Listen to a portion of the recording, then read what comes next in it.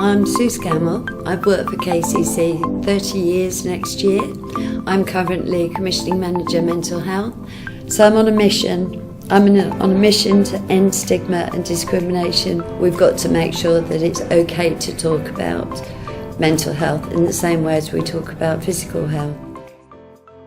Welcome to the Wheel of Wellbeing. We believe that the way we think and feel is just as important to a long and happy life as good food and physical exercise.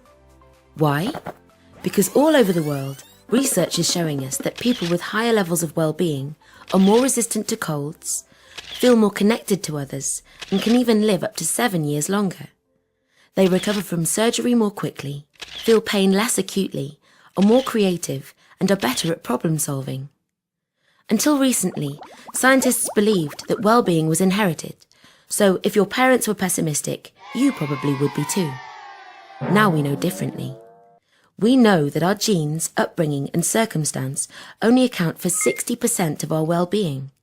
The remaining 40% is down to how we choose to spend our time and our general attitude to life. If you'd like to know how well-being can be improved, check out our Wheel of Wellbeing. That's WOW for short. It includes 6 aspects of well-being, all linked with a positive suggestion for action. So for body, the action is be active. For mind, it's keep learning. Spirit's about giving. People's about connecting. Place is about taking notice. And planet challenges us to care. If you're as interested in well-being as we are, whether you're a guy, gal, gran, group or government, welcome. We hope you'll find this site a great place to explore, learn and share information about things that help us all think and feel better. I've been really lucky that both of my children have got really good emotional intelligence. I've had a husband who I've been married to for 29 years. And he's supported me. He's been so wonderful because I've not been the most easiest person to live with at all through this illness. So both of my children have been absolutely fantastic. Holly's such a lovely girl. She's so helpful. You know, what with being a PT instructor, she's now got me fit, motivated, and really helps me with my 6 ways to wellbeing. I do a workout at least once a week with Holly, and that's usually an hour. I do my hamstring walking, so I go out and we do walking as well. So we do lots of exercise. For me has been really, really an important part of me getting back to where I was. Sue walks every week and then lots of people join as and when, and I've come every other week I suppose, and just getting Sue out of into the countryside, knowing that she's got something to look forward to. But to be honest, it's not just about Sue. I think we've all benefited from it.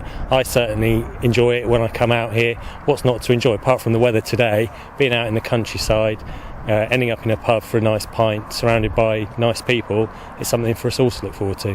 How has the walking really helped her, do you think? I think it's a relaxing exercise. You can chat about stuff which you don't always have to want to chat about necessarily when you're sitting down in some passive way. It's lovely. I'm biased anyway because I love the outdoors and just going for walks and seeing what you can see. We talked about the different birds and stuff that we might see on the walk. Talked about a badger we saw just up the road. It's sort of things that just remind you to take notice of the world around you and enjoy that. And I know, being in public health, walking's good for you. The more people can talk about it, the more people open up and see, actually, I might be struggling, but so are they, and look at how they're coping and have got the supporting strategies to cope. I think the more that people like Sue can kind of come out and talk about it and get the support they need and act as role models for other people to come out, I think it's got to make the workplace a better place. I sent out a personal statement to everybody, not quite across KCC, but it's gone to I don't know how many hundreds of people. And then when people ask me how I'm doing, I said, do you know what's happened to me? And they say, no. So I then send them my personal statement. From that personal statement, I've had over 150 responses. Well done for coming out about your depression. I'm pleased to hear you have recovered enough to come back to work a bit. Getting back to work was very important to me after my cancer treatments. Be sure to cut yourself lots of slack, use all the support available, allow your recovery to take its time and accept its ups and downs. Other people around me I know suffer with mental health issues and wellbeing issues, but they won't talk about it. And that's because of the stigma and discrimination that people worry about. And so I thought, if I can do this, I can send out a clear message that KCC is supportive. We've got the Time to Change action plan, and that's very clear about how we're actually going to look after people's mental health and wellbeing. I'm feeling really positive about the future. I can see that the social media campaign that we're undertaking will hopefully make a difference right across Kent. And we've asked all the local authorities who haven't signed the Time to Change pledge to sign up on World Mental Health Day.